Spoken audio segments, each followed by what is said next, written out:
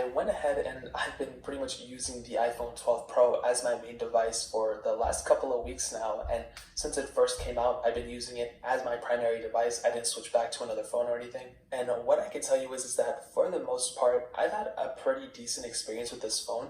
But I don't think it was really that big of an upgrade at all coming from my iPhone 11 Pro, especially when it comes down to the battery life. And I hit on this on my iPhone 12 review as well. And you're probably confused because I don't have a sponsorship or anything. Usually every time I watch a video like this, there's always some sponsored thing and they take 50 minutes to get into the video. I'm just going to break it down right now. The battery life was one of the main issues that I had initially when I was getting my iPhone 12 Pro. When I first bought it, I was like, okay, like that, it's probably going to be okay. But then eventually the rumors started coming out that it was going to have a smaller battery size, and that in and of itself was something that kept me up at night because they already increased the battery size in one area from going from the 10s to the iPhone 11 Pro. But why would they go and decrease it? It made absolutely no sense to me. They increased the size of the screen, they increased the power and everything, and they were going to add 5G. So I'm like, it's probably going to just have horrible battery life. Now, what actually ended up happening was that I did a bunch of tests with this phone. I did, compared it to a bunch of other iPhones. You've probably already seen a couple. I've done camera comparisons, battery comparisons, all set videos that you can guys all just watch. And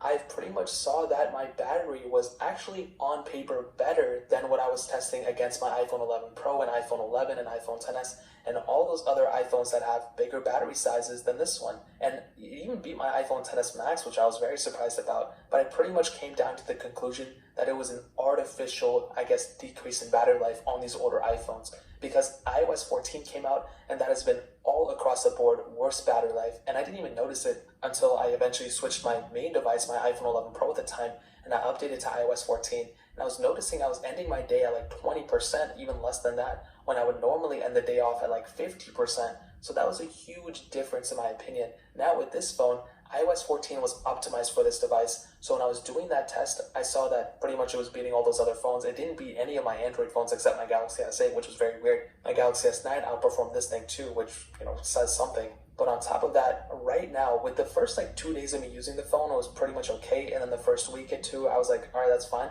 But now, I think it's been 2 or 3 weeks since I've owned this phone. Now the battery life has actually gotten down even worse. I don't know what's going on with it. I'm at 87%. I really haven't even used this phone that much, so it's very weird. It's noon right now, and I don't use my phone that much, if I'm being completely honest. Typically, I would still be at 90% on my 11 Pro on iOS 13. So